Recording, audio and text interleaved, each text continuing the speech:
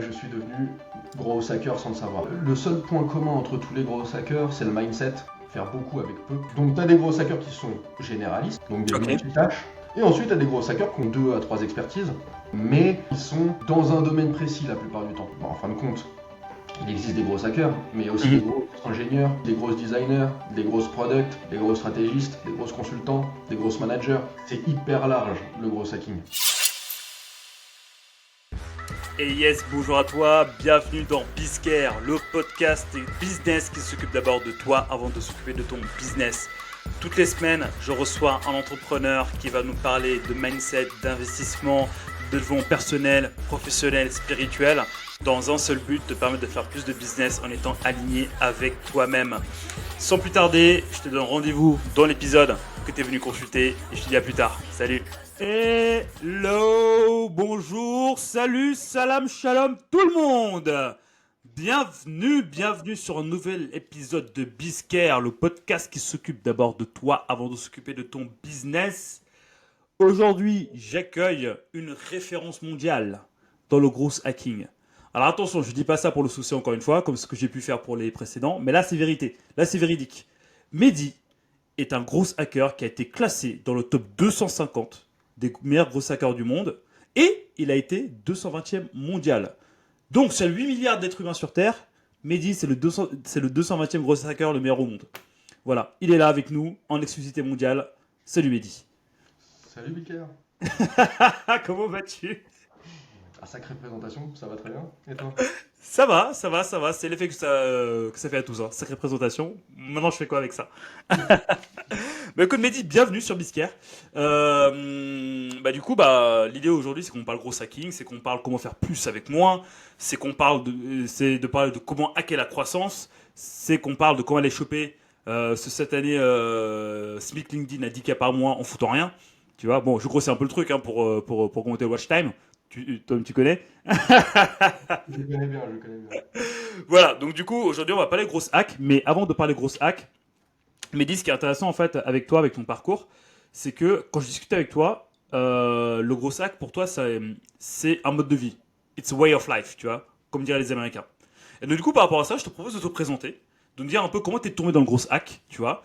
Et après, petit à petit, tu vois, l'idée c'est de voir quels conseils on peut gratter chez toi pour toujours faire plus avec moi. Ok. Tu veux la version courte ou la version longue? La version courte, parce que je te connais, version longue, on est ensemble pendant 5 heures. Version... Exactement. Ok. Donc la version courte, je m'appelle Mehdi, j'ai 34 ans, je suis un geek depuis l'âge de mes 2 ans. Mhm. Mon papa était informaticien, il m'a mis devant un PC à l'âge de 2 ans. Vers l'âge de 10-11 ans, je me suis mis à jouer aux jeux de rôle en ligne, donc Fantasy Star Online, Dofus, Lineage 2, World of Warcraft. Mhm.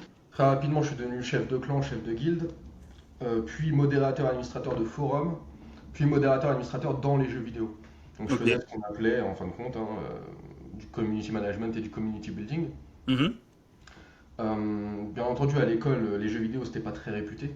Mhm. Mais moi, j'aimais beaucoup lire, justement, grâce à ma maman, euh, qui m'a fait lire Les Fleurs du Mal à l'âge de 12 ans.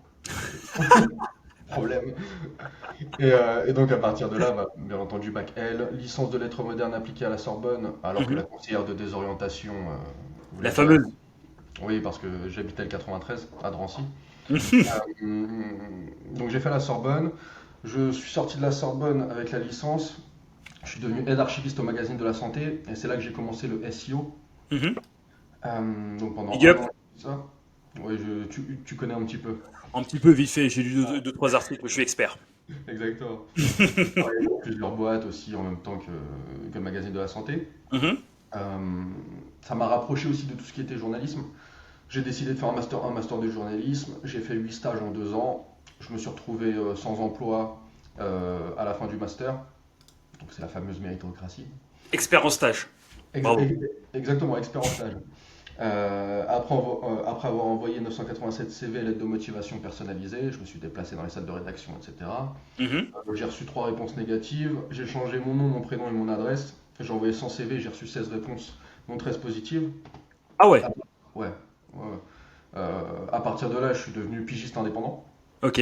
Donc je vendais à la pige. Donc j'avais Sous des quel nom? Sous quel nom du coup? Sous le nom de Mehdi ou sous le nom de... tout le monde m'a dit justement. C'était Ok. c'était ça. Waouh, c'est dingue quand même d'en arriver là. Ouais, bah, C'est bon, fou. moi en tout cas, voilà, Ok. à l'époque c'était comme ça que ça se passait. Euh, Et là, pour le coup, on est en quelle année? on est en 2012, 2013, 2013. Ok. Ok, donc il y a 10 ans plus ou moins quoi. C'est 10-11 ça, il ans. y a 10 ans. Bon, et à partir de là, bah, pigiste indépendant, j'ai gagné 400 à 600 euros par mois, assez Mhm. difficilement. Par contre, j'ai travaillé pour des belles boîtes, hein, pour des beaux journaux et tout. Mais voilà, c'était très compliqué. Parce que faire de la pige, on est obligé de faire des investigations soi-même, ça coûte cher en fait. Mhm. Mhm. Juste les déplacements. Mon père, qui était informaticien donc, il était devenu responsable informatique et entrepôt de marque de prêt-à-porter de luxe, apostrophe Mhm. et Georges Reich. C'est lui qui a ouvert toutes les boutiques en Europe. D'accord. Il s'est retrouvé sans emploi lui aussi. Ok. Et à partir de là, on est devenu entrepreneur par nécessité. Hmm. On n'est pas devenu Devenir entrepreneur entrepreneur par pour faire une nécessité. licorne. Ouais. Donc vraiment par nécessité. Et on a commencé à développer des logiciels professionnels d'inventaire et de gestion de stock. Mhm. Je faisais beaucoup de manutention dans les entrepôts, justement. Mhm. Et donc je voyais souvent que les inventaires et les gestions de stock, c'était n'importe quoi. Et on Mhm. devait tout recompter à chaque fois. Donc on a créé ce logiciel, donc un logiciel professionnel, et bien entendu, on a fait zéro vente. Et À pourquoi? partir de ce moment-là, c'est là que je suis devenu gros hacker sans le savoir.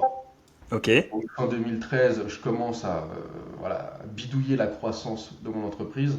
Le premier gros hack que je fais, c'est que j'arrive à dégoter, enfin, je fais passer notre petite société pour une multinationale. Il y a plein de techniques. Grâce à ça, je dégote un partenariat avec le deuxième producteur mondial de PDA. Waouh! C'est les petits PC. Ouais. Ouais, je me rappelle, ouais, ouais, les PDA à l'ancienne. Ceux qui sont Exactement. après 2000 ne peuvent pas comprendre. Alors c'est toujours utilisé hein, dans les boutiques, même dans les entrepôts. Euh, Mhm. et en fin de compte, bah, grâce à ça, on a commencé à intégrer les logiciels directement dans les PDA et à faire des packages. Ok. Ok. On a commencé à vendre un petit peu, un tout petit peu. Et donc bah, j'ai décidé de me former un peu partout à partir de ce moment-là. Et de travailler aussi de l'autre côté bah, en tant que gros hacker dans des startups, pour d'autres TPME, etc. Mhm. J'ai été me former à l'école 42. Ok. T'as fait une piscine du coup. J'ai fait la piscine, les 400 Ok. heures de code. D'accord. 400 heures de code en un mois, j'ai été jusqu'au bout. J'ai rencontré un développeur Jenny qui a piraté l'école 2 fois. Dans le plus grand des calmes, le game dit ça normal. Ah, bah, je te dis la vérité. Ok. Et donc on s'est bien entendu, on a créé Bah, tu plein de m'étonnes. projets. On a créé plein de projets, des marketplaces, des applications, etc. Mais notre seul business model, c'était on va se faire acheter par Google. Et ça, pour le coup, on était en quelle année? Ça, on était en 2014. D'accord. Moi, je te fais année par année là. Mhm. Euh, bon, on n'arrive pas à vendre non plus de son côté. Enfin, avec lui, on n'arrive pas à vendre non plus voilà, nos projets. Donc très compliqué. Je continue à me former, je continue à être gros hacker pour des startups et je deviens aussi Chief Marketing Officer dans plusieurs startups. Mhm. Tout en vendant des logiciels d'un côté et en faisant les projets avec mon associé développeur de l'autre. Ok. Ouais, donc plein de petits business de débrouille, quoi, pour faire ça. Exactement, Mhm. exactement. Et je continue de me former un peu partout, dans des formations en ligne et tout. Mhm. Euh, et bien entendu, bah, je passe par la case coup d'État, The Family, Startup Food, etc. Donc la chaîne YouTube. Et je me forme de plus en plus aussi en gros hacking. Mhm. De l'autre côté, je me dis que j'ai pas assez de compétences en business. Je passe par une association de quartiers des talents qui prend tous les bacs plus 400 emplois et qui les aide à avoir des formations gratuites. Grâce à eux, je vais à HEC Paris, la majeure entrepreneur. Ok. Et donc, bah, après la mission création d'entreprise et la mention très bien, j'ai de la chance, entre guillemets, parce qu'en fait, en fin de compte, il y a le CELSA qui me repère, donc une école de Mhm. communication, l'UFR de communication de la Sorbonne, et qui me contacte pour venir faire une thèse professionnelle sur le gros hacking, en bac plus 6. Ok, il Ok. n'en existait pas en France. Là, je te parle, on est en fin 2015. Et donc, bah, je décide d'accepter. Parce que à HEC, bah, maintenant c'est bon, je connais les business model Canva, les propositions value Canva, Mhm. etc. Et en plus de ça, je les ai bien appliqués dans les logiciels, dans la boîte de mon père et de moi. On arrive justement à vendre aux vieux campeurs, Mhm. à Tara Jarmon, à Mhm. Bonpoint, à des Mhm. belles boîtes, parce qu'on crée différents packages encore plus, on va dire, optimisés. Donc ça fonctionne. Je décide vraiment de faire la thèse professionnelle et en plus de ça, de m'axer beaucoup plus sur le gros hacking que sur les logiciels. Mon Ok. père se met à la retraite, il se met à la retraite, donc chose que nous ne connaîtrons jamais. Et à partir de là, bah, moi je décide de pivoter mon entreprise de logiciels et de créer une agence de gros hacking et un D'accord. organisme de formation. Ok. Je faisais aussi des formations, hein. Donc fin 2016, The Family lance une formation Lyon, Lion. Mhm. Je décide d'en faire partie. Mhm. Début 2017, pendant 3 4 mois, je suis à The Family très souvent. Justement, je me fais former, que ce soit en growth, en business développement, surtout. Mhm. Et ça me permet surtout de créer un énorme réseau Bah, tu m'étonnes. qui, encore une fois, à l'heure actuelle, voilà, sont toujours dans mes contacts sur LinkedIn. Voilà, on se parle régulièrement. Mhm. Et à partir de là, bah, comme je t'ai dit, le pivot. Et là, c'est open bar, c'est-à-dire start-up, ETI, grand groupe. Je travaille vraiment avec tout, même des solopreneurs, des consultants, des infopreneurs. Mhm. Je prends aussi parfois des parts dans les entreprises avec lesquelles je travaille. Parfois, je prends des commissions. Je prends souvent un fixe plus des commissions. Parfois, Mhm. un fixe plus des commissions plus des parts. Et donc, bah, comme ça, je commence à me construire une sorte de portefeuille d'investissement Mhm. en investissant du temps plutôt que de l'argent. Ok. En 2020-2021, non 2021, je commence à avoir trop de clients pour moi. Mhm. Parce que je fais de la formation plus l'émission et je commence à avoir beaucoup trop de clients et je suis seul. Donc je fais une sorte de burn-out de santé. Et donc pendant 2 mois je suis alité. Et à partir de là, bah, début 2022, j'ai mon enfant. Enfin on a notre enfant qui naît. Je décide d'arrêter toutes les formations en physique, en présentiel, et de pivoter en 100% visio, enfin distanciel, et de faire beaucoup plus d'opérationnel et de missions de consulting plutôt que de formation. Ok. J'arrive à générer encore des clients, un peu trop, et donc je crée un collectif d'experts freelance, de gros hackers et d'autres choses, hein, de data scientists, Mhm. etc. Mhm. Et donc là, j'ai à disposition 70 à 100 freelance, et bah, je peux travailler avec n'importe quel type de boîte, que ce soit des grands groupes, des ETI. Euh,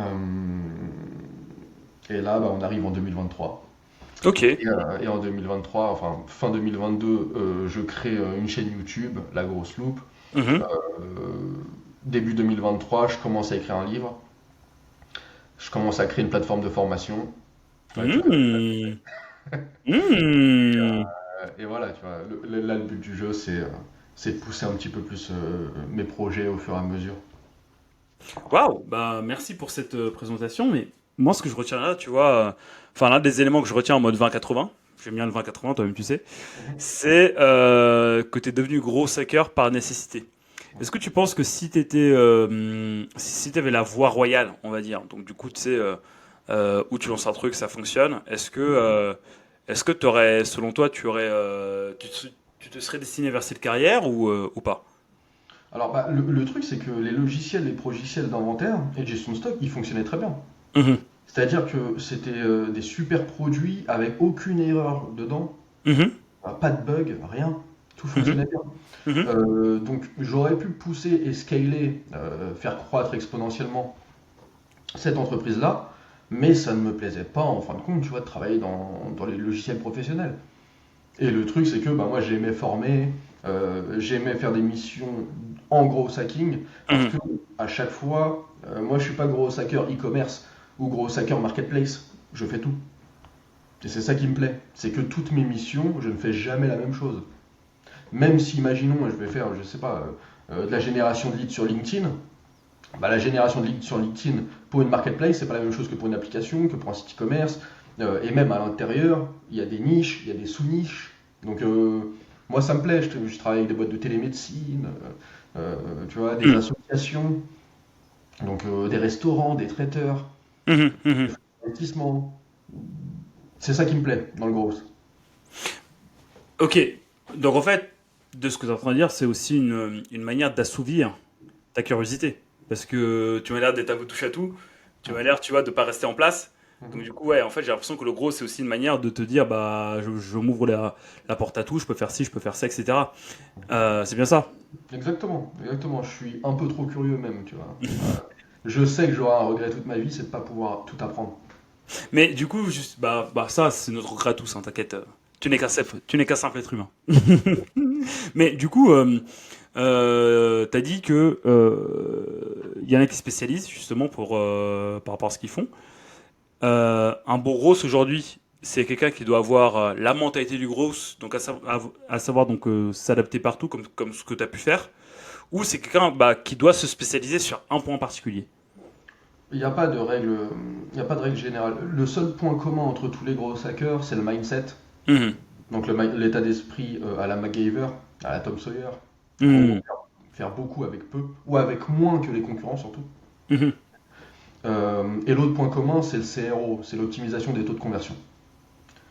Par contre, quand on rentre plus dans le détail, bah, en fin de compte, il existe des gros hackers, mais il y a aussi des Mhm. gros ingénieurs, il y a aussi des grosses designers, des grosses products, des gros stratégistes, des grosses consultants, des grosses managers, tu vois. Mhm. C'est hyper large, le gros hacking. Donc, tu as des gros hackers qui sont généralistes, entre guillemets, qu'on appelle des M-shape, donc des Ok. multitâches. Mhm. La plupart du temps, ces multitâches-là ont 3 à 6 expertises. Mhm. Et ensuite, tu as des gros hackers qui sont des T-shape, qui ont 2 à 3 expertises. Mais justement, ils sont dans un domaine précis la plupart du temps. Donc Ok. gros hackers ou gros marketeurs, j'ai oublié de parler d'eux alors que c'est ceux qui sont le plus utilisés en France et en Europe. Tu vas être gros marketeur et tu vas maîtriser Google Ads, Meta Ads, donc tu as 2 expertises, tu vois, Mhm. et tu vas te concentrer sur les sites e-commerce. Mhm. Mhm. Tu vois. Mhm. Mhm. Mhm. Ça reste aussi des gros hackers, même s'ils Mais sont pas généralistes. du coup, enfin, t'as dit MacGyver, Tom Sawyer, tu vois, et même en fait au début, tu vois, quand je t'ai lancé, t'as parlé de faire plus avec moi. Mhm. Euh, Justement, quel est le mindset en fait à avoir quand on est gros hacker, tu vois? Genre, je sais pas, demain je me réveille, je me dis ah, le SEO ça me saoule, j'ai besoin Mhm. de, voilà, je veux construire un nouveau truc avec, j'ai pas beaucoup, j'ai dans ma poche j'ai trois boutons, une ficelle et une aiguille. Voilà, en fait, quels sont les soft skills, tu vois, que je ou bien que ceux qui nous écoutent, tu vois, doivent développer pour justement grosse hacker tout ça. Bah justement, tu en as parlé tout à l'heure, la curiosité. Ok. C'est le premier, voilà, le premier point, Mhm. le premier soft skills. Ensuite, tu as l'autodidaxie, donc c'est-à-dire être autodidacte, donc savoir apprendre par soi-même. Mhm. Tu as aussi le fait d'apprendre à désapprendre, Mhm. tu vois. C'est-à-dire Mhm. que moi, le truc, c'est que j'ai été formaté, puisque je suis passé par la Sorbonne, par le CELSA, par Mhm. HEC. Tu vois, Mhm. ça reste des Mhm. institutions. Mhm. Euh, mais j'ai aussi été déformaté par Mhm. l'entrepreneuriat, tu vois, par les missions freelance à droite à gauche. Mhm. Mhm. Donc, apprendre à désapprendre, autodidaxie, curiosité, et bien entendu, résilience. Le gros hacking, il faut partir du principe que quand on met en place ce qu'on appelle des grosses hacks, des Mhm. piratage de la croissance ou des piratages de la croissance, 80 à 90% du temps, ça ne fonctionne pas. Ah, ok. Ok. Pépite, ok. Donc c'est très Donc du coup, ça veut dire que à chaque fois que tu mets en place un truc, t'as 9 chances sur 10 que ça fonctionne pas. exactement. Quand je mets en place un gros hack, Ok. ok. D'accord. Ça va être, par exemple, comme je te disais tout à l'heure, pour dégoter le partenariat avec le deuxième producteur mondial de PDA, Mhm. le fait de faire passer mon entreprise pour une multinationale via la modification du site, faire un site moche, tu vois, institutionnel, etc., en fakeant un petit peu certaines choses, ça a 9 chances sur 10 de ne pas fonctionner. Alors, juste, tu dis que ça a 9 chances sur 10 de fonctionner, ou Non, de ne tu pas dis fonctionner. que de pas fonctionner, pardon, ou bien, enfin, comment prendre le truc. Je la refais. Par quel bout prendre le truc? Est-ce que quand tu mets en place quelque chose, je sais pas, une action concrète, tu as 9 chances sur 10 que ça fonctionne pas?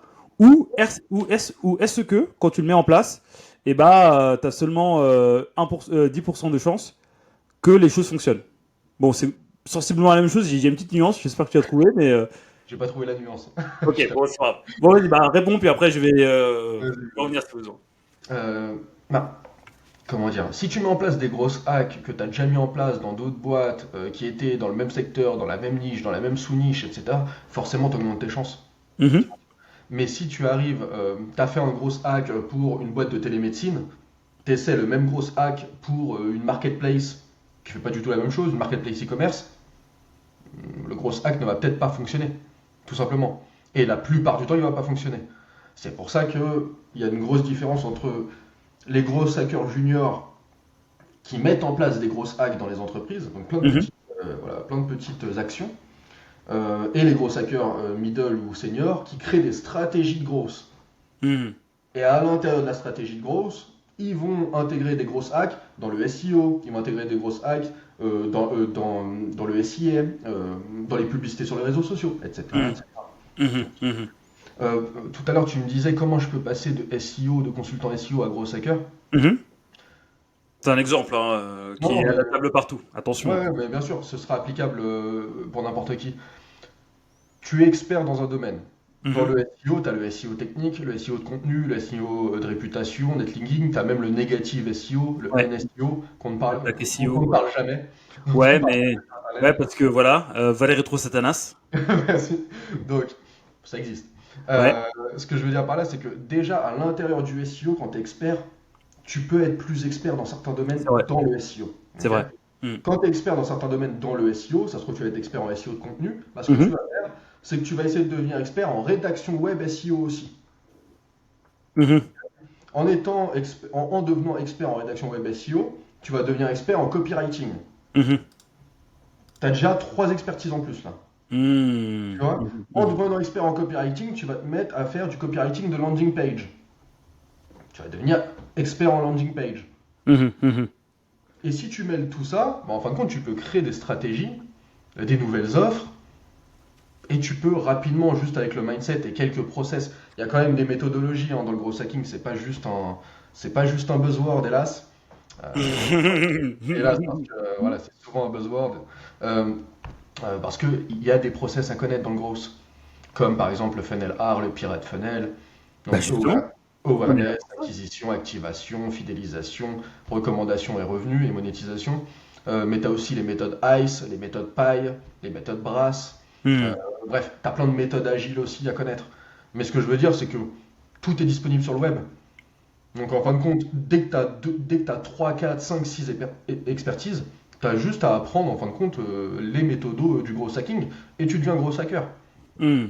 Il n'y a pas D'accord. réellement de barrière à l'entrée. La seule barrière, c'est le temps que tu as pour apprendre le gros et le mettre en application. Bah justement, tu vois, je vais juste zoomer dessus parce que là, je t'avouerais que j'ai du mal en fait à réellement comprendre, tu vois, comment apprendre le growth. On a beaucoup parlé de soft skills qui est l'élément numéro un, tu vois.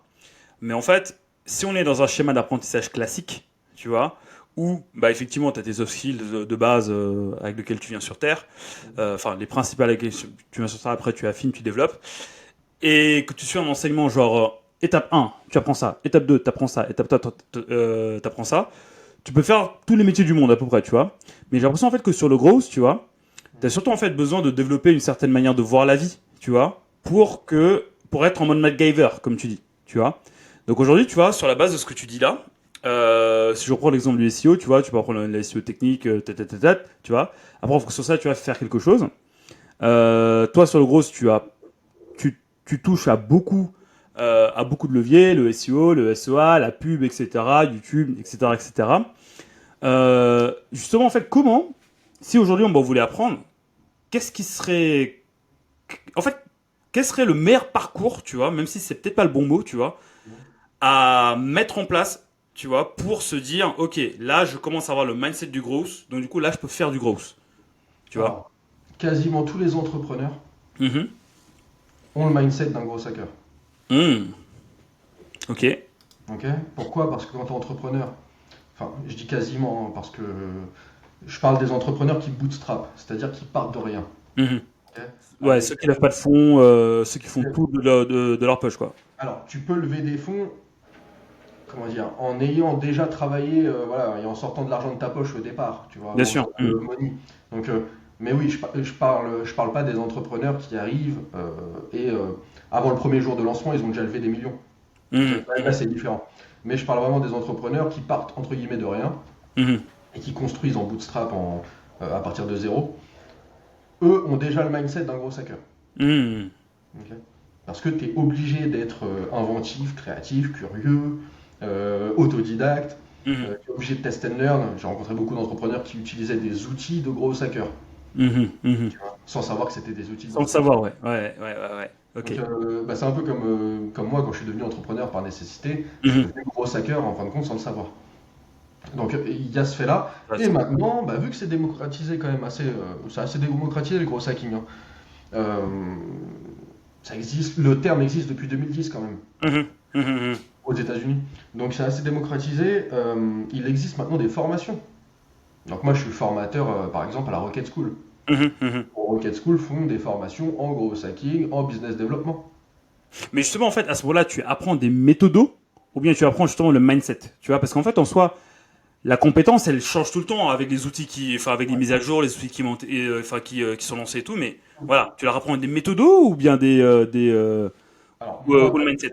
moi personnellement je leur apprends un peu de tout. C'est-à-dire je leur apprends le mindset, tu vois, Ok, et je leur apprends aussi les méthodos, bien entendu. ok. Hmm. Les outils aussi. Mais voilà, comme je leur répète, c'est que les outils, comme tu l'as dit, ils peuvent changer du jour au lendemain. Ouais. Donc il faut toujours faire une veille, etc. Bah, donc je leur donne des outils de veille. Ok, d'accord, ok, je Mais vois. effectivement, le mindset est important. Après, tout dépend du professeur. Tout dépend Bah du oui, bah formateur. c'est bien. Tu as des formateurs qui vont être vraiment en mode euh, on va montrer comment on automatise tout, comment on fait du gros engineering, etc. Pas forcément en parlant de mindset. Hmm. Ça dépend vraiment des formateurs. Ok, d'accord, ok, ok, ok, ok. Non, mais c'est hyper intéressant, c'est hyper intéressant. Mais du coup, justement, pour venir sur les techniques de gros hacking, tu vois, tout à l'heure, tu as parlé de T-shape, de M-shape, de ICE, pardon, de R, AA, de 3R, Mhm. de Brass que je connaissais pas, tu vois. Est-ce que, voilà, en mode 20-80, tu vois, tu peux nous dire en fait les méthodos que tu utilises les plus, tu vois, qui te rapportent, tu vois, le plus de résultats. Voilà, quels sont ceux que tu utilises le plus? Ok. Bon, c'est assez large, hein, parce qu'en fait, ça dépend vraiment des projets. Donc, celui que j'utilise principalement, c'est le R, le Mhm. Pirate Funnel.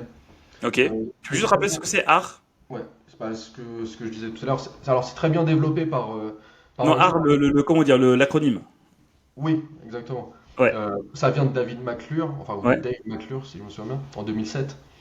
Et donc, c'est moyen mnémotechnique, c'est un pirate qui part à l'abordage et qui crie Ah, voilà. Moyen mnémotechnique, ça fait bien.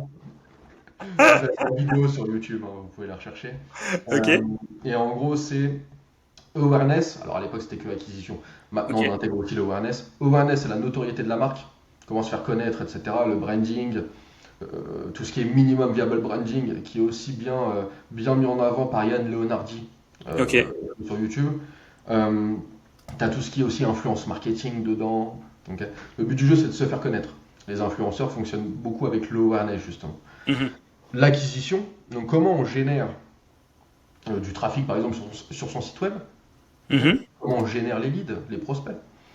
Donc ça c'est tous les canaux d'acquisition que tout le monde connaît, hein, que ce soit les réseaux sociaux, les publicités, les relations presse, le print, les publicités à la télé. Il y a ça, hein. Dans le gros hacking, on peut utiliser tous les canaux à notre disposition. On Mhm. n'est pas limité au digital. Mhm. Mhm. Parce que souvent on parle de digital avec le gros, mais en fin de compte, non, on peut utiliser même des panneaux publicitaires dans la rue Mhm. Mhm. avec un QR code qui ramène vers une landing page par exemple. Ensuite, on a l'activation. Ok. Donc, l'activation, ça va être de de créer une bonne première expérience. Mhm. On appelle le AA moment ou l'effet Eureka. Vous Mhm. savez, par exemple, dans Interstellar, quand l'héroïne trouve la solution, elle prend toutes ses fiches, toutes ses feuilles, et elle jette en l'air et écrit Eureka. Mhm. Ok. C'est un truc de scientifique. Donc c'est vraiment, ok, c'est une super expérience, j'installe l'application. C'est une super expérience, ok, je vais aller jusqu'au bout du tunnel de vente et je vais payer ce produit. Voilà. Mhm. Une belle première expérience. Ensuite, on a la rétention, ce qu'on appelle la Ok. fidélisation utilisateur. Donc ça, logiquement, c'est le plus important pour tous les grosses, c'est l'étape la plus importante pour tous les grosses, parce qu'on sait très bien qu'en mettant en place une stratégie de fidélisation, ça rapporte plus de chiffre d'affaires pour moins d'investissement. Ah oui. Stratégie d'acquisition. Okay. Ouais. Donc, le but d'une stratégie de fidélisation, c'est de diminuer le taux de churn, le taux de perte de la clientèle. Okay. Ensuite, on a le revenu, la monétisation, comment on fait payer, okay, comment on fait une belle page de vente, le checkout, l'abonnement, le pricing, etc. Bref. C'est trop drôle, Pierre. Excuse-moi, je sais pas tout couper, mais ceux qui vont écouter ce podcast, ils vont devoir prendre un dictionnaire à côté, tu vois. Churn, revenu. J'essaie de traduire à chaque fois en français. Je sais pas si t'as remarqué, mais à chaque fois. Ouais, c'est vrai. Franchement, tu fais l'effort. Tu fais l'effort. Donc non, c'est cool. Retention, je suis resté sur ça. Non, fidélisation utilisateur, fidélisation client, tu vois. Donc monétisation. Et ensuite, on a peut-être même le plus important avec la rétention, la recommandation, ce qu'on appelle aussi le referral. Donc c'est comment faire fonctionner le bouche-oreille positif. Le bouche-oreille positif étant le meilleur marketing au monde depuis la nuit des temps. Okay. Donc ça fait tout ce qui est plateforme d'affiliation, les codes promo que vous voyez un peu partout, ce genre de choses. Ça permet de faire justement une boucle. Et avec cette boucle-là, on appelle ça une grosse loupe. Ça crée un business model qui s'alimente, qui s'auto-alimente. Ok. C'est le serpent qui se mord la queue, c'est le signe infini. Awareness, activation, rétention, revenu, recommandation. Imaginez ça, vous faites une loupe comme ça et vous avez une bonne stratégie de gros sur 20-80 qui fonctionne. Il te manque l'acquisition. Okay. Ah oui, acquisition aussi. Tu peux mettre awareness / acquisition, ça fonctionne aussi. Ça peut bien fonctionner, ouais. En plus, le SEO c'est dans l'acquisition, donc c'est important. Et donc du coup, un bon growth doit intervenir sur tout ce parcours, quoi. Exactement. Un bon growth doit intervenir sur chaque étape du parcours. C'est pas il se prend la tête juste sur la rétention ou juste sur l'acquisition. Et là, en Europe, c'est beaucoup ça. C'est-à-dire que le growth hacking est quand même, mal compris. Pourquoi ? Parce que la plupart du temps, on prend des growth hackers qui deviennent des grosses marketeurs et qui sont intégrés dans l'équipe marketing. Okay. Donc en fin de compte, c'est le Head of Marketing ou le CMO, le Chief Marketing Officer, qui gère les growth hackers. Alors que logiquement, non, le growth doit être dans un département growth. Et le growth doit travailler avec les marketeurs, avec les sales, avec tout le monde dans l'entreprise. Mais tu sais, en fait, j'ai même envie d'être un peu plus tranché que toi. Tu vois, tu dis que le gros doit être dans un département, mais pour moi, en fait, le gros, c'est l'électron libre. Il doit être nulle part, en fait, tu vois. Il doit se balader partout. Exactement. Quand je te dis dans un département, c'est parce que tout ce qui est Uber, Airbnb, Dropbox, bref, toutes les licornes américaines qui ont utilisé le gros, justement, dès le début, eux, ils ont créé des départements. Okay, un département gros. Mais le département gros, tu as raison, il évolue en électron libre dans tous les autres départements. Putain, c'est bon ça. Et tu vois, et c'est ça qui est intéressant justement, c'est que tu travailles toutes les étapes du funnel, du pirate, de l'entonnoir du pirate, sur tous les pans de la société. Oui, c'est moi, désolé, je me permets de t'interrompre juste 2 petites secondes pour te dire que si tu aimes l'épisode, n'hésite pas à t'abonner à la chaîne YouTube, à nous mettre un petit like ou à nous mettre 5 étoiles sur la plateforme de podcast de ton choix. Sans plus tarder, je te remets à ton épisode. À tout de suite. En fait, Mehdi, c'est pour ça qu'on s'entend aussi bien, toi et moi. C'est que le SEO, c'est pareil, tu vois. Les fois où j'ai fait les meilleures perfs SEO, tu vois, avec mes clients, c'est quand j'avais carte blanche. J'allais voir l'édito, j'allais voir la technique, j'allais voir ceux qui font la pub, j'allais voir ceux qui font du offline, j'allais voir tout le monde. Je réunissais tout le monde, je galvanisais tout le monde. Et en fait, je menais tout le monde en fait vers le même but. On va faire ça pour augmenter notre visibilité sur Google. Et les fois vraiment où j'ai eu des résultats, enfin, je repense à un client sur les soldes d'hiver. On a fait 1 million d'euros de chiffre d'affaires avec le SEO en 6 semaines. Mais ouais, c'est parce que j'étais un électron libre et que j'ai rassemblé tout le monde en fait, tu vois. Exactement, et qu'on t'a laissé la place, tu vois. Et surtout qu'on m'a laissé la place. Exactement. Enfin, Tu as pris la place. J'ai pris la place. Je les ai tous menacés, j'ai dit, si vous n'avez pas la place, vous avez des prières. Mais tu vois, pour reprendre ce que tu viens de dire, dans le growth, on appelle ça par exemple la North Star métrique. Ah, ok, d'accord. C'est la statistique ou le KPI, l'indicateur clé de performance le plus important pour toute la boîte, pour faire avancer toute la boîte ensemble. Et donc, Mhm. on a une North Star métrique. Et cette North Star métrique, toutes les équipes connaissent cette North Star métrique. Et œuvre justement pour avancer vers ça. Exactement. Hmm. Exactement. Mais du coup, justement, regarde, on va prendre l'exemple d'une. Regarde, on va prendre l'exemple de trois boîtes. On va prendre Mhm. l'exemple d'une start-up. Enfin, même pas. On va prendre l'exemple du boulanger du coin, tu vois. On va prendre l'exemple d'une start-up slash PME qui a 10 employés et d'un grand groupe, tu vois. Ok. Justement, en fait, toi, dans ton métier, donc on a bien compris maintenant comment tu bosses, sur quel levier tu bosses, tu as bien expliqué en 20-80 ce qui fonctionne mieux avec toi, c'est l'abordage, tu vois. Comment tu vas bosser avec ces trois types de personas, tu vois, Mhm. en fonction de ce que tu nous dis, tu vois, voilà, tu nous as parlé de flexibilité, voilà, donc comment toi, en fait, voilà, sur chaque cas de figure, comment tu ferais toi? La première des choses, déjà, je vais auditer. Je vais auditer la boulangerie. On va commencer par la Mhm. boulangerie. Je vais auditer la boulangerie. Je vais auditer les concurrents de la boulangerie. Ouais. Ok. Donc, Mhm. souvent, vu que c'est physique, la plupart du temps, la zone de chalandise. Ok. Autour de cette boulange, il y a combien de boulangeries dans les 100 mètres, et dans le kilomètre autour. Mhm. Je vais voir déjà pourquoi eux fonctionnent mieux que cette boulangerie. Ok. D'accord. Parce Mais qu'en là, fait, pour le coup, c'est toi qui fais. C'est toi qui prends en charge de tout. ouais, bien sûr, bien sûr. Mm. Parce que moi, je pars du principe que ça ne sert à rien de réinventer la roue. Mhm. Ok. Cette boulangerie a sûrement des concurrents qui font plus de chiffre d'affaires, mais il y a une raison. Pourquoi? Peut-être le marketing, Mm. peut-être la devanture, etc., etc. Il y a plein de raisons. Donc déjà, moi, ça va être ça. Ça va être d'auditer. Ensuite, je vais créer des stratégies par rapport aux audits. Donc je vais créer des différentes stratégies. Donc ça se trouve, ça va être une stratégie de landing page, une Mhm. stratégie de SEO, une stratégie publicitaire, publicitaire en print, panneaux publicitaires, etc. Mais je vais m'adapter au budget de la boulangerie. Mhm. Et ça change tout. Parce que si tu as un Mhm. budget, c'est pas la même chose que si tu me donnes 100 000 euros par mois. Mhm. Mhm. Mhm. Donc, je m'adapte au budget, je crée des stratégies en fonction du budget. Mhm. Ok. Après, je mets en place les stratégies, je test and learn. Sachant qu'il y a 9 chances sur 10 que ça fonctionne pas. Exactement. N'oublions pas, ouais. Voilà. Après, ce qui est cool aussi, c'est que plus tu fais du gros, plus tu Ouais, plus optimises. tu. Ouais. Voilà, Mhm. exactement. C'est-à-dire que maintenant, vu que j'ai déjà travaillé avec des commerces physiques comme des restaurants, Mhm. si je mets en place quelque chose, je sais que j'ai plus 5 chances sur 10, 4 Mhm. chances sur 10. Tu vois. Mhm. C'est parce que voilà, c'est l'expérience. Mhm. Mhm. Mais au départ, en tout cas, quand tu rentres dans un nouveau domaine, ouais, tu as 9 chances sur 10. Là, je parle de stratégie. Je parle pas juste de grosses hacks, de bidouillage de la croissance. Mhm. Mhm. Ok. Donc, je fais ça. Ensuite, je mets en place opérationnellement, je mets les mains dans le cambouis. Ensuite, je développe les stratégies qui fonctionnent. Je supprime celles qui ne fonctionnent pas. J'analyse à chaque fois toutes les données. Mhm. C'est-à-dire que je ne vais pas dire oui, je pense que. Non, moi je pense pas. Je fais ce qu'on appelle du data-driven marketing. Ok. Ok. Je fais du marketing drivé par les données. Mhm. Donc, si les données me disent que ce que je fais ça fonctionne et que c'est bien, que c'est bon, que ça fait croître exponentiellement les indicateurs clés de performance de l'entreprise, donc le nombre de baguettes vendues en l'occurrence, je continue. Ensuite, j'optimise les stratégies qui fonctionnent. Et ensuite, je réitère les process. Et là, je vais créer par Mhm. exemple des nouvelles offres, des nouveaux packages. Je vais faire fonctionner tout ce qui est expérience utilisateur.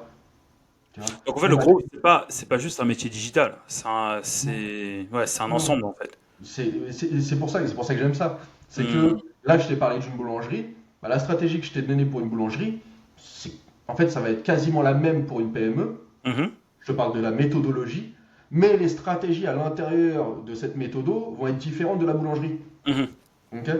Si je vois que les concurrents pour la PME, je sais pas, qui a un logiciel SaaS, tu vois, qui a un logiciel d'abonnement sur Internet, si je Mhm. vois que cette PME-là, qu'on appelle aussi parfois startup, euh, je vois que ses concurrents ont investi 1 million sur Facebook Ads et c'est via les Facebook Ads ou les TikTok Ads qui ramènent un maximum de leads, bah moi je vais faire la même chose, sauf que je vais intégrer des grosses hacks à l'intérieur de ma stratégie Facebook et TikTok Ads, ce qui va faire qu'au lieu d'investir 1 million pour rapporter 10 millions, bah, je vais investir 100 000 pour apporter 10 millions.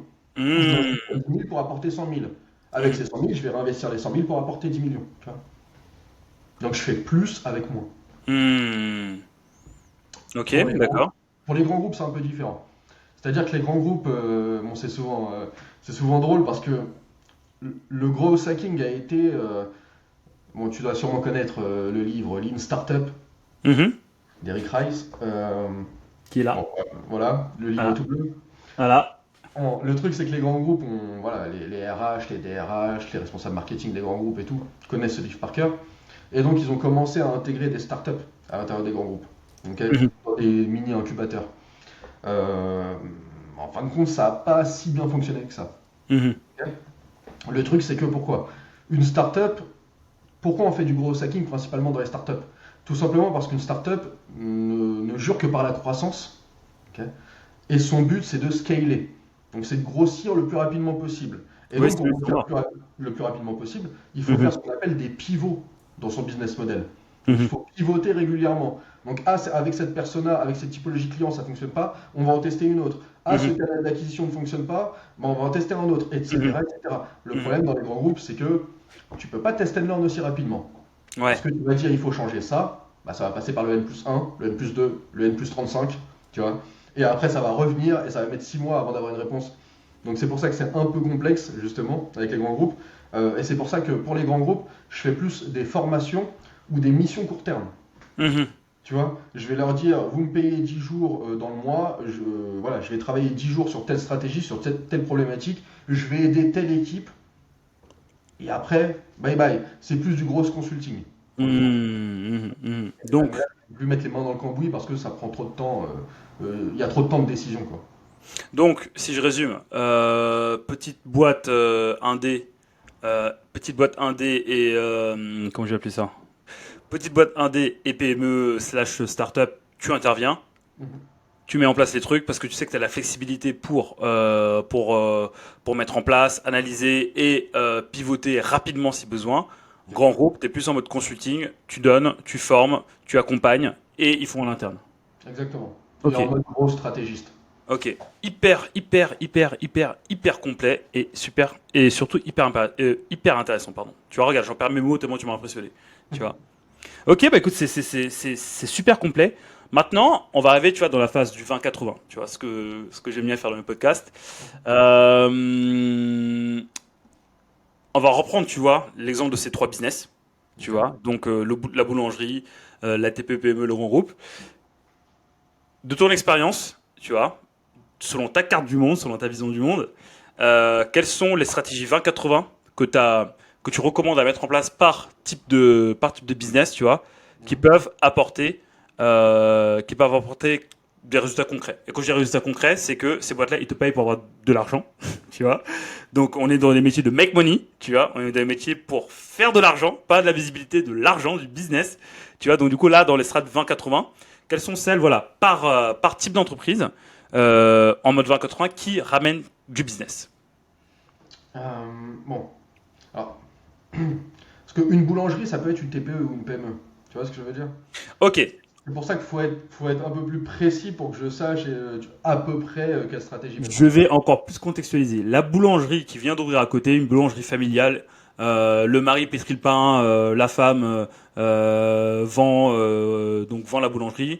Lorsque la boulangerie ferme, c'est tous les deux qui s'occupent de la comptabilité. Ouais, comptabilité. Et quand c'est la période des fêtes ou bien quand c'est l'épiphanie, ils sont aidés par leur nièce qui cherche à se faire un peu d'argent de poche. Ok. Tu vois, donc Ok. vraiment la petite boulangerie qui n'a pas le temps de s'occuper de ça. Ok. Donc la petite boulangerie qui n'a pas le temps de s'occuper de ça, il lui faut quand même un minimum de visibilité. Mhm. Donc, première des choses, ça va être de créer les réseaux sociaux. Ok, Pas besoin d'être super fort sur tous les réseaux sociaux. ok. Ok. Mhm. Si tu es bon sur Instagram, tu peux péter. Ok. Donc un Ok. seul réseau social. Exactement. Ok. Ensuite, ce que je mettrai en place, vu que c'est une boulangerie et donc c'est un endroit physique, je mettrai en place du SEO local, que tu Mhm. connais. Mhm. Ok. Je mettrai en place du SEO local parce que je sais comme ça que ça générerait des leads, peut-être dans 3 mois, 6 mois, mais en automatique et sans payer de pub. Mhm. Ok. Je mettrai en place aussi, bien entendu, un petit peu de community management Mhm. et de community building. Ok. Tout simplement pour créer, justement, fidéliser les utilisateurs. Tous ceux qui viennent, etc. Bah, justement, je vais les intégrer sur une page Facebook, Mhm. ok, ou même sur un groupe WhatsApp pour leur envoyer mes offres par WhatsApp. Là, tout ce que je dis, c'est gratuit, Mhm. hein. Tout ce que je dis, c'est gratuit. Mhm. Mhm. Euh, ce que je ferai aussi, alors bien entendu, c'est la base, mais les flyers, où les cartes de visite ça fonctionne, mais derrière je mettrai les codes promo de base. Ding ding ding ding ding ding ding ding. On est en 2023, les cartes de visite fonctionnent encore. Je répète, on est en 2023, les cartes de visite fonctionnent encore. Alors ça fonctionne moins dans les salons, hein, quand on sort avec 1 milliard de cartes, C'est mais, clair. mais je veux dire qu'il y a des outils comme Card, CARRD, qui te traquent aussi les données, tu vois, de ta carte de visite, des gens qui font ta Mhm. carte de visite, donc c'est un QR code et tout. Tu as aussi Swapcard, qui fonctionnait bien à l'époque. Donc bref, il faut juste utiliser des nouveaux outils. Ok. Mhm. Mais les Mhm. cartes de visite, ça fonctionne. Je veux dire, on met la carte de visite et derrière, on met la stratégie de référol assez simple. Tu m'achètes 10 baguettes, 9 baguettes, la 10e est offerte. Voilà. Ça permet de faire aussi, tu vois, de la fidélisation, du Mhm. référol. Euh, euh, bon, bien entendu, il y a la devanture aussi qui sert beaucoup. Tu vois, les néons, mettre en place des néons pour faire Mhm. appel. Euh, alors, bien entendu, ce serait bien aussi de mettre en place des choses écolo. Oui, bah oui, oui, oui, bah oui, bah oui. Voilà, Ah, ça va l'air du temps. pour inciter à venir et que Mhm. toi, tu puisses augmenter un petit peu ton panier moyen. Mhm. Ok. Bref, je peux avoir 1 milliard d'idées, tu vois, comme ça, sur les boulangeries. Ok. D'accord, Voilà. ok, en soi c'est déjà pas mal. On est en mode 20-80 encore une fois. Déjà, effectivement, j'ai déjà eu à bosser avec des business locales. Là, ce que tu viens de donner, effectivement, si on met en place, il y a moyen d'améliorer le business. Ok. Donc maintenant, step supérieur, les TPE slash petites boîtes start-up à partir de 10 personnes. Ok. Donc les startups à partir de 10 personnes, bon là, c'est du pain béni, tu vois, pour les grosses. Gdoum, tch. Parce que là, on peut mettre tout en place. Ok. Et ben justement, regarde, bah, ce qu'on va faire, c'est qu'on va rester dans l'univers des boulangeries. La boulangerie, tu vois, c'est hyper développé avec ce que tu as fait. Tu vois, ils te disent, ouais, franchement, Mehdi, grâce à toi, on est en train de se structurer. On a recruté 9 personnes, on est parti. Donc maintenant, je suis plus donc le petit business familial. Je suis l'entreprise, on est 10 personnes. Comment on peut Ok. passer au step supérieur? Donc pour prendre l'exemple, on pourrait dire, parce que on pourrait dire qu'en fin de compte, parce qu'une boulangerie, de base, ce n'est pas une start-up. Ok. C'est pas Mhm, quelque chose d'innovant forcément. Par contre, si la boulangerie commence à scaler, c'est-à-dire à croître exponentiellement, on va le dire comme ça, avoir un rendement d'échelle, et commence à franchiser, et devient mhm, une franchise de mhm, boulangerie, là on peut commencer justement à mettre en place des stratégies grosses. mhm, Ok. Parce que le chiffre d'affaires va péter, et parce que justement, bah, ils ont besoin d'avoir un package de communication, un package marketing à donner aux franchisés. mhm, mhm, Donc à partir de là, bah là c'est stratégie pour générer des leads B2B, c'est-à-dire générer des entrepreneurs qui doivent devenir franchisés. mhm. Ok. Et ensuite générer des prospects B2C, donc des particuliers, pour qu'ils viennent dans les boulangeries des franchisés. En fait, mais c'est du génie ce que tu viens. En fait, tu ne vends plus de pain, tu vends en fait autre chose. Et en fait, ça me fait penser à la stratégie des Ray Kroc, tu vois, de McDonald's. Tu vois, quand il est parti, tu vois, voir le banquier là, qui lui dit, mais devant des burgers, vends des terres et vends tu vois. Et c'est là en Exactement. fait où McDo a pété. Exactement. Et en fait, ce qui est intéressant dans ce que tu dis, c'est que, ok, d'accord, lorsque tu évolues, petit à petit, c'est ta manière de faire ton business qui doit changer, en fait. C'est ta manière Exactement. de vendre ou bien ta manière, en fait, de te développer qui doit changer. Parce qu'en fait, tu rentres dans une nouvelle cour et forcément, en fait, tu joues avec des armes différentes.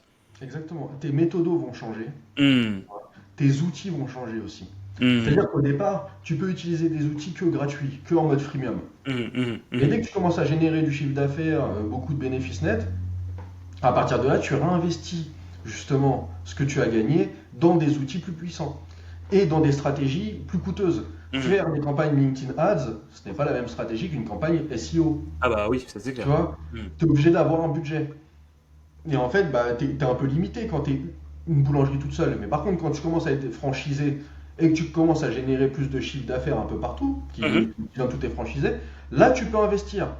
Et là, tu mets en hum, place des stratégies LinkedIn Ads, Meta Ads, TikTok Ads, Snapchat Ads, etc. hum. Là, je parle des stratégies publicitaires parce que c'est souvent les plus coûteuses. Mais tu as aussi, voilà, t'as d'autres stratégies, des stratégies de business développement, des stratégies de génération de leads, Mhm. via des landing pages ou autres, ou via du mailing. Je n'ai pas parlé du mailing depuis tout à l'heure, alors que c'est le meilleur canal d'acquisition, sans parler bien entendu du bouche à oreille positif. Le meilleur canal d'acquisition au monde, ça reste le mailing. Mhm. Mhm. Même si on en reçoit beaucoup, hein. En fin de compte, c'est comme ça qu'on touche le plus facilement les utilisateurs ou les prospects B2C ou B2B. Mhm. Mhm. Mhm. Mhm. Ok, non mais hyper intéressant. Et donc du coup voilà, ils ont mis en place tout ça. Ça fonctionne. Voilà, ça fonctionne, ça commence à péter. Maintenant, multinationale, c'est quoi la suite? À multinationale, la plupart du temps, bah, comme tu l'as dit, il y a la réponse dans le mot. C'est-à-dire que tout ce que tu as fait, ça veut dire que ton business model Mhm. euh, est entre guillemets parfait. Ok. Mhm. Et donc ça veut dire que tu n'as plus qu'à scaler le business model. Donc ça veut dire Mhm. quoi?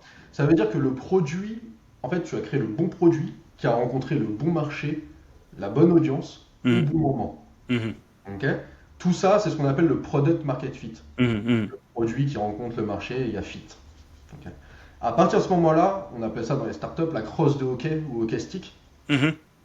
Et donc c'est une croissance exponentielle. Mhm. Mhm. Là, une startup, elle va se dire, bon, moi, je veux faire la croissance exponentielle et devenir ce qu'on appelle une scale-up. Google, Mhm. Blablacar, Criteo, bref, toutes les scale-up, toutes les licornes. Mhm. Mhm. Startup valorisée plus d'1 milliard de dollars et non cotée en bourse. Mhm.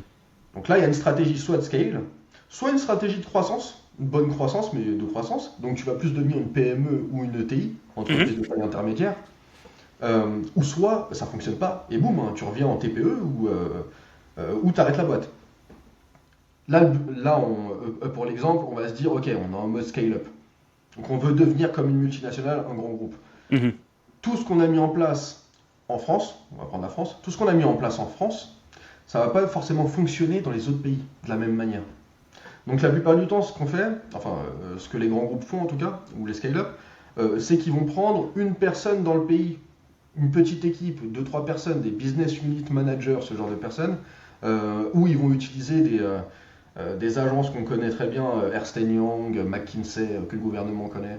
Et hop, la Voilà. publicité. Ouais, bon, une petite cacahuète, une petite crotte de nez, c'est gratuit. Voilà, ce type d'agence, et on va leur dire, ok, moi je veux ouvrir l'Espagne, je veux ouvrir l'Italie. Et eux, ils Mhm. vont nous trouver quelqu'un. Ok. Euh, et à partir de là, on va donner notre business model qui a fonctionné en France, on va le donner à la personne Mhm. du pays, native du pays la plupart du temps. Mhm. Et à partir de là, on va développer le même business model et on va test and learn. Mhm. On va Mhm. test and learn toutes les strates qu'on avait mis en France qui fonctionnaient. Et il y a certaines strates qui vont fonctionner, il y en a d'autres qui vont pas fonctionner. Mhm. Le SEO sera peut-être différent, tu vois. Le copywriting sera forcément différent. Ok. On va devoir créer un site internet multilingue. Et en fait, on va devoir se développer un peu partout, dans tous les pays. T'as une startup qui fait ça très bien avec un entrepreneur que j'aime beaucoup, c'est. Comment il s'appelle? Alors, je me souviens plus de son prénom, mais. Super Prof. Oui, oui, oui, oui, Super oui, Prof, tu vois, qui a Bootstrap. Alors, moi, j'en faisais partie à un moment, Super Prof, qui a Bootstrap, donc qui est parti vraiment de rien. Et en fin de compte, qui fonctionne comme une startup, qui est devenue une scale-up, qui va devenir pour moi voilà, une vraie scale-up, oui. donc Mhm. un grand groupe, et maintenant qui se met un peu partout, justement. Mhm. Qui se lance aux États-Unis, enfin qui s'est lancé, mais qui a mis des années pour que ça fonctionne aux États-Unis. Mhm. Alors que ça Mhm. fonctionnait déjà très bien en France et en Europe. Mhm. Donc après, c'est qu'une question de temps, de moyens, de risque, parce que ça reste une prise de risque en fait. Mhm. Tu peux faire couler ta boîte si tu te mets partout. Ouais, Mhm. si tu te mets à Londres, en Allemagne, en Espagne, tu lances tout, bah, ton chiffre d'affaires aussi, hein, il va peut-être augmenter, mais tu dois avoir des salariés un peu partout. Bah, c'est ça, les Donc, problèmes augmentent aussi. ah ouais, et c'est ça, et c'est pour ça que la plupart du temps, les startups et les scale-up lèvent des fonds. Comme dirait Jay-Z, more money, more problems. Exactement, Mhm. exactement. Donc voilà, après, tu as le bon business model, tu as le product market fit, tu ne vas pas forcément avoir le bon product market fit dans les autres pays. Mais Mhm. il faut que tu scales, donc tu le testes. Et après, tu vas juste modifier tes cases de ton business model Canva, vous pouvez tous le télécharger hein, sur Internet, Mhm. et en modifiant les cases du business model Canva par pays, et ben là c'est bon, Ok. ça va fonctionner. Et là, tu vas avoir des product market fit dans tous les pays. Pa, pa, pa, pa, pa, pa. Bah, merci pour ces pépites. Je ne sais pas quoi dire de plus. Hum, Sauf que c'est actionnable dès maintenant. Donc voilà, si une boulangerie passe par là, voilà, c'était cadeau. Mélie vous a donné la stratégie pour péter dans les 10 prochaines années. Oui, tu as même un restaurant, en fait tous les commerces physiques. Hein. Même un Faut- restaurant, voilà, même un barbier, ce que vous voulez. Exactement, exactement. Et Bah oui. pour les startups, pareil, hein, pour les startups, ce qui est encore plus facile, c'est qu'on peut fake it until you make it. Ah bah. Ça, je suis obligé d'en parler quand même, parce que j'en ai pas parlé pour l'instant. Alors attention, vous ne vous arrêtez pas au fake it. Ok? Faut pas juste mentir et vous prenez l'argent et vous Et partez. après attendre. Non, mais il y en a beaucoup. On l'a vu avec les NFT et les cryptos. Ah bah. Voilà. Bon, fake it until you make it, ça veut dire, imaginons, moi je suis formateur, je vais faire une offre sur mon LinkedIn et je vais dire, voilà, je fais une nouvelle formation gros hacking de 10 heures. Mhm, Je la vends 1000 euros ou 2000 mhm, euros. J'obtiens zéro client, ok? mhm, Je dis, je vais faire une formation gros hacking de 10 heures, mais je la vends 500 euros. J'obtiens 10 clients, 20 clients. mhm, Bah, en fin de compte, je n'ai pas encore créé la formation de gros hacking, ce qui me permet, quand j'ai un échec, de me dire, bon, bah, c'est pas grave, tant pis. mhm, Je vais juste tester un nouveau modèle, sans avoir passé des heures, des dizaines d'heures, des centaines d'heures à faire justement les cours. mhm, mhm. Mais dès que ça fonctionne, et ben là, je peux justement créer les cours. Puis, Mhm, mhm, vu qu'on m'a déjà payé, en fin de compte, voilà, je crée les cours parce que les personnes m'ont déjà payé. mhm, C'est un peu mhm, pareil aussi, justement pour toutes les startups, on peut souvent faker le pricing et tester justement le pricing. Et quand ça fonctionne, là on crée réellement la fonctionnalité, mhm, le nouveau produit, la mhm, nouvelle offre. mhm, mhm. Alors qu'une boulangerie c'est un peu compliqué, parce que si t'es en physique et tu dis oui je vends une nouvelle baguette en or, et qu'il n'y a pas la baguette en or tu vois, qui est dans la vitrine, un peu bizarre. Un peu bizarre. C'est clair, ouais, ouais, ouais. Waouh, ok, bah. Mehdi, merci. Franchement, j'ai pas. C'est hyper, hyper complet. En fait, tu as fait un tour global du gros sur ce que c'est et surtout en fait sur ce qu'il faut faire. Parce qu'en fait, malheureusement, quand on se forme à quelque chose, à une compétence, on se dit voilà, ça c'est ma compétence, je reste comme ça. Tu vois. Alors qu'en fait, le gros, comme tu dis, c'est ta curiosité qui te permet de. Tu vois. Donc en fait, toutes les possibilités. Et en fait, il y a autant de possibilités que tu as de créativité en toi. Mhm. Tu vois. Donc du coup, donc c'est vachement intéressant. Ce qui est aussi intéressant, c'est bah, la stratégie que tu mettras en place pour tout type de business. Donc pour moi, ça vaut de l'or tout ça. Donc let's go. Donc du coup, tous ceux qui passent par là qui écoutez Mehdi, vous savez ce qu'il vous reste à faire. Exactement. On va Et péter tout ça. attention, hein, là j'ai peut-être je sais pas, j'ai peut-être parlé de je sais pas, 20-80 Mehdi. ah, 20-80. même pas, je crois 5%, tu vois, j'ai parlé. 5,95. C'est ok. Ouais, Ok. voilà, Voilà. 195. À l'arrivée, bon, si vous voulez aller plus loin, il y a le funnel, gross map, que vous pouvez aller regarder. Il y a pas mal d'articles, je crois que c'est le head of growth de Criteo qui en parle pas mal. Euh, il y a énormément d'articles. Vous avez Hmm. aussi, je crois que tu vas me demander les livres à la fin, parce que Bah, super. Bah tu enchaînes. Regarde, là on arrive sur la fin. Bah super. Bah vas-y. Bah go. tu vois, je t'ai dit, je le connais ton podcast. Ouais, bah je vois que tu as gagné le droit de passer. Non, vas-y. Tu veux. Bah, justement, tu vois, il y a le livre, il y a un livre sur le gros hacking qui est sorti, je crois, l'année dernière, de Yad Leonardi, encore une fois, Ok. et d'un associé, mais je me souviens plus de son prénom, désolé, qui s'appelle Gross Marketing, et qui est en Ouais. français, ok, Ouais. en français, et il y a énormément de méthodologies, de process intéressants à l'intérieur, qui sont Mhm. utilisés aussi aux États-Unis, donc ça c'est cool. Vous avez les bases du gros hacking qui vont être 0 to 1, qui vont être hooked. Mhm. Ah, tu vois, j'avais préparé mon petit délire, hein. Oh Qui là, vont être hacking growth, pas. En plus, elle nous montre tout. le Ok. papa du hacking. D'accord. Vous avez Lean Startup dont j'ai parlé tout à l'heure. Mhm. Euh, vous avez Disruption aussi de. Oui. Je crois que c'est Monsieur Mallard, si je me souviens bien. Je ne sais plus, j'ai lu ce livre qui m'a disrupté, mais où je ne sais plus qui l'a écrit. Voilà, Disruption sur Amazon, c'est le premier qui ressort. En français, c'est super intéressant. Mm. Vous avez La semaine de 4 heures de Tim Ferriss, c'est la base aussi. Ah oui. Pour créer aussi ce qu'on appelle les muses. Mm. Alors attention, semaine de 4 heures, juste.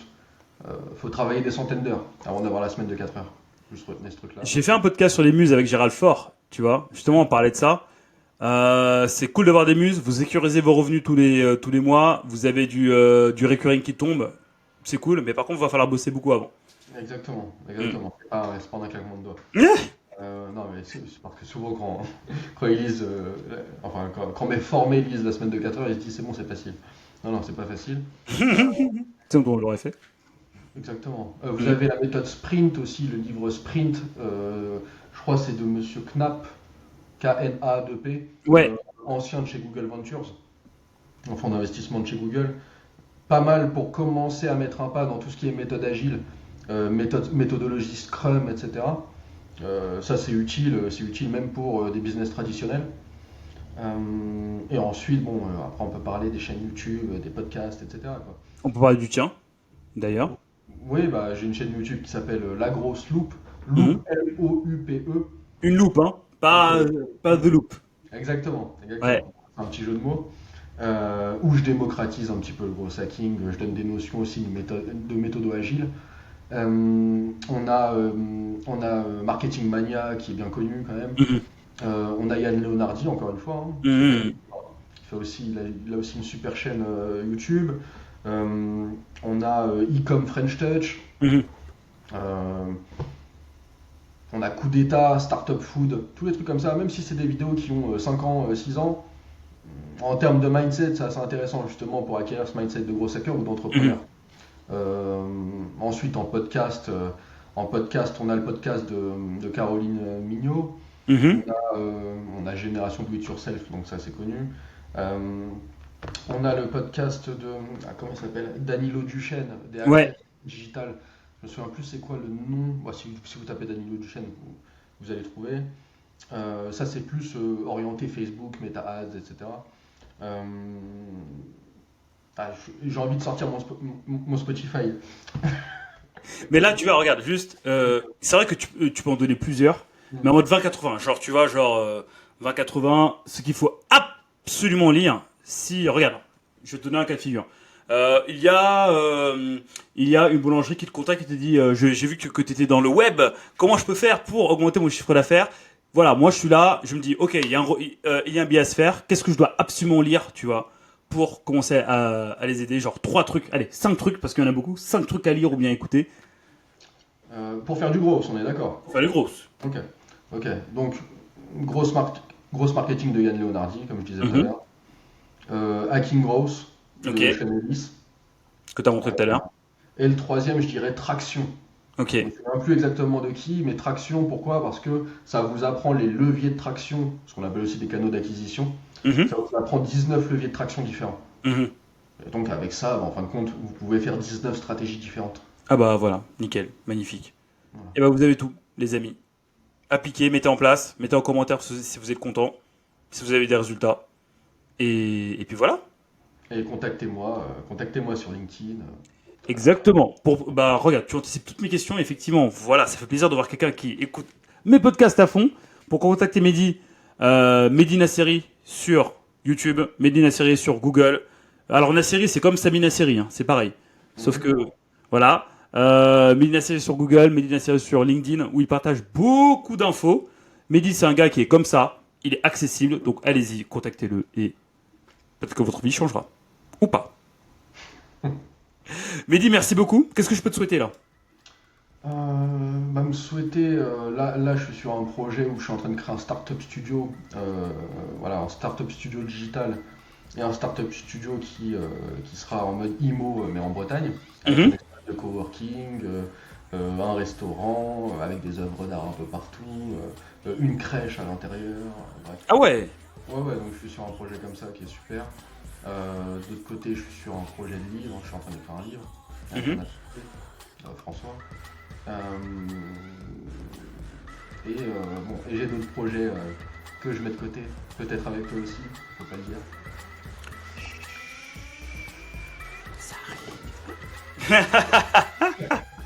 Donc voilà, tu vois, je suis sur plein de projets, bah, ce que tu me souhaitais, c'est de la réussite. Réussite à fond dans tes projets. Merci. Voilà, je te souhaite vraiment ça et de tout faire péter selon ce qui est le plus écologique pour toi. Exactement. Mehdi, merci pour ton intervention. Merci à toi. À très bientôt et puis bisous tout le monde. Bisous. Allez, salut, ciao!